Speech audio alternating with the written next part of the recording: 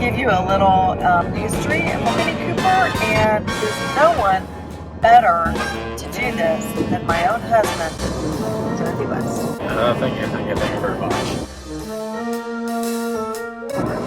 Well, I don't know how good a history lesson this will be, but let me give you the highlights.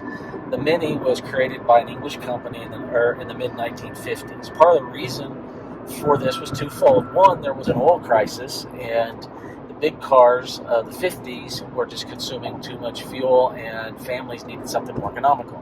The second reason behind the creation of this car was the owners of the company wanted a car that would have an appeal to many different social statuses. So they created this car called the Mini that would, and the goal was it had to be affordable for any reasonably working family in England, and it also had to be economical, and it had to seat for adults.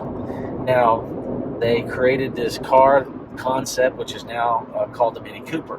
So the Mini Cooper had a lot of popularity between rock stars and then the average family.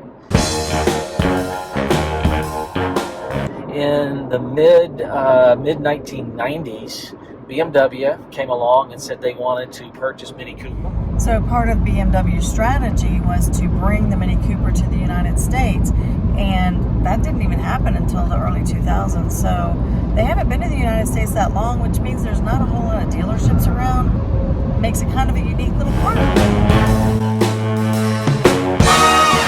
Two or three interesting points, actually. One is they took the engine because of size. They wanted to get as small a car as they could, but get 4 adults in the car. So they had to figure out how to change the overall dimensions of the car. So they took the engine and turned it sideways. Now, there's a mechanical term for that. I don't remember what it is. Was it the engine or was it the wheels? It was the engines that they turned sideways. It was the wheelbase. No, they turned the engine sideways. Oh, okay. Is one innovation. And the second innovation, which Cindy is alluding to, is they took the wheels and they moved them out and forward and out and back so that the wheels are more on the corner of the car rather than being in the typical place that we find wheels on most cars today. Now that particular design feature means that it corners like it's on rails, and it really does. And it gives it some stability, and it was able to increase the interior capacity of the car.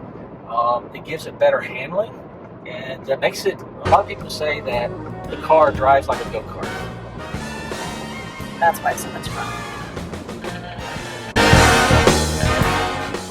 So it's kind of cool, the reason why the name Cooper came around. We call ours Coupe, by the way. But anyway, the Mini Cooper was named after a racing legend, John Cooper, because he kind of liked the car, and they were entered into European racing tournaments, and won several years in a row, actually. In the year 2000, Mini Cooper officially was redesigned by BMW to create the car which essentially we see today. Kind of interesting, huh?